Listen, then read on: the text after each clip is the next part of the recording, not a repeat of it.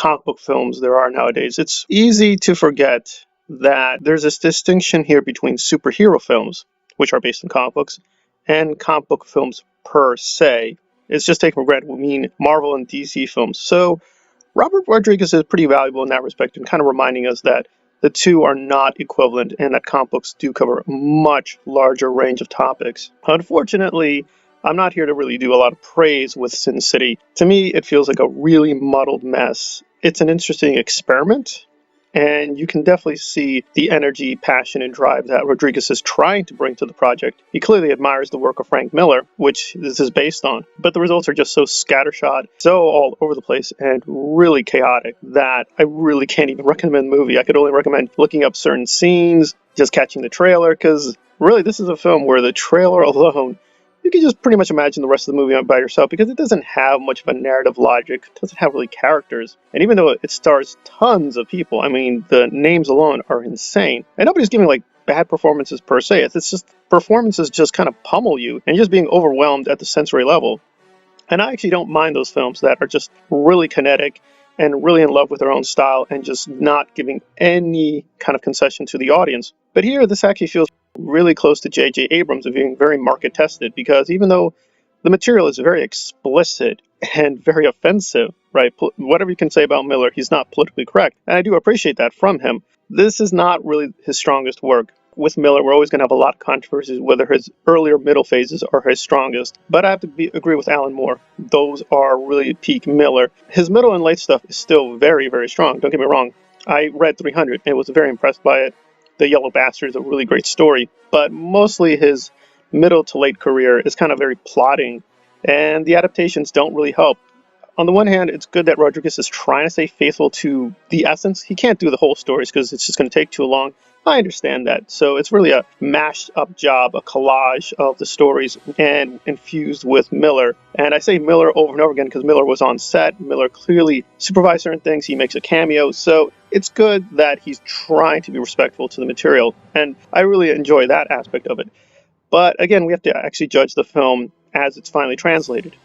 The fact that it's very faithful is great and makes it stand out on many levels. And the fact that he's into the neo-noir, and this is a neo-noir comic book, should really be a nice marriage, but it just doesn't quite fit. It's not a terrible movie, but it is kind of Justice League bad, where it's entertaining enough, it's never boring, but you keep wondering yourself, there is a much better movie in here somewhere. Maybe there's a different cut, maybe they edited out too many scenes, maybe they ran out of money. None of those conspiracy theories really work. It's just this is what they wanted to do. They wanted to do a kind of trashy, flashy adaptation that really just samples Miller's work and is really more like this fast-paced music video. It's not really a film, and I have no problem with fast-paced music videos, but even Michael Bay can control himself and produce something like The Island.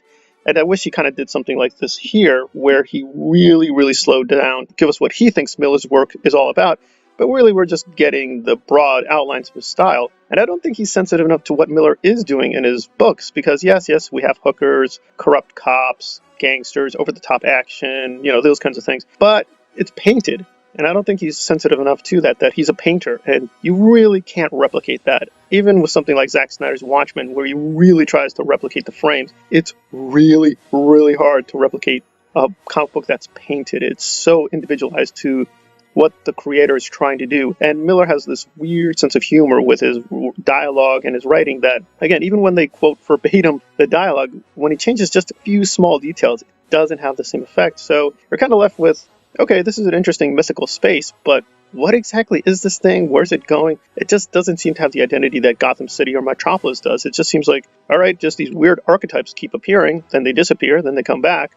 And that's about it. I would say one final thing, though, that I really appreciated Josh Hartnett. I know a lot of people are very critical of him and just love to hate him, but I think he's a really good actor, and I found his cameo really interesting. But that's the kind of thing. You just feel snatches of brilliance here and there, but otherwise it's kind of a heap of a mess. And if it's worth your time to go through, then by all means. But legitimately judging it, it's a 5 out of 10. It's not really critical to see it, but it is, like, from a film historian angle, it's really fascinating. And also, if you're a diehard comic book fan, just as a completist, this really will kind of round out your education. And don't be fooled by the label comic book movie. It can be much more expansive, much more philosophical, much more serious, but also much more goofy than I think the usual DC or Marvel films might lead you to expect that it has to be a certain way. And I appreciate it in that it's really breaking our conventional understanding of what a comic book movie should be or will be or could be. But beyond the kind of possibilities that were inherent in this film, I don't see much here that is really powerful. It just seems it's trying to do something, but it doesn't quite get there. But it's definitely a noble,